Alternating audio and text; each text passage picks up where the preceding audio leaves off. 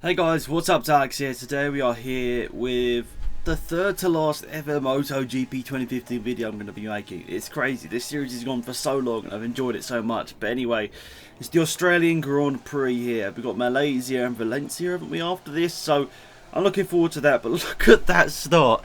That isn't anything to do with the AI, that is just the Honda being an absolute beast. The Honda, it's got to be the fastest bike in the game, surely, out of all of these. I mean, Yamaha's up there, but you know, if I think of the fastest bike in MotoGP, especially in 2015, I think of the Honda, and it's just insane. It's an incredible bike. So whatever, it's got us a load of positions, and I'm happy with that. I'll take it. I mean, it hasn't exactly been a technical first part of this lap here. Oh no, what am I doing here? The first few corners I crashed with Redding and I crashed with someone else earlier on here. Down the inside of Petrucci, surely it's going to end up turning against me at some point here because this is not good. So, 10th position. Now, Alicia Sparker in front of me here, so he's obviously on a good bike, but the Suzuki probably hasn't quite got the top end speed, and even then, we get him past in the corners.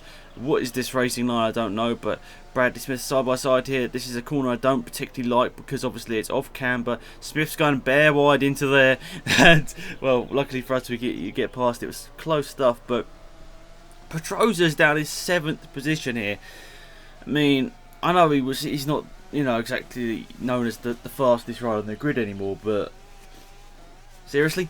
Seriously, what you doing, Pedrosa, mate? Oh no, bad run through there, going on wide onto the grass, and well, Bradley Smith's gone through. Is he going to ruin our party of a championship? I don't know, but we've got a decent points lead going to the last few rounds here, but you know, that can be wiped out if we finish in like 5th place and the leader, you know, the guy that's in 2nd place in the championship wins.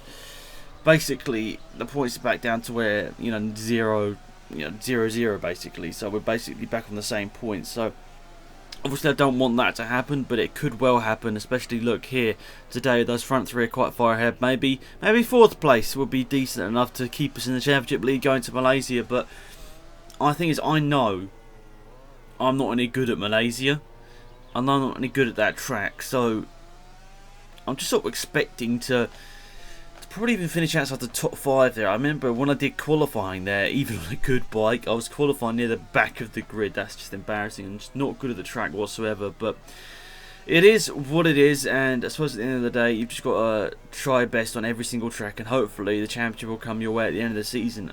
Especially the fact that we're starting at the back of the grid, it makes it really kind of tough to monitor how well we're going to do in each and every race. But nonetheless, final corner time, don't make the same mistake as the last lap and run really wide.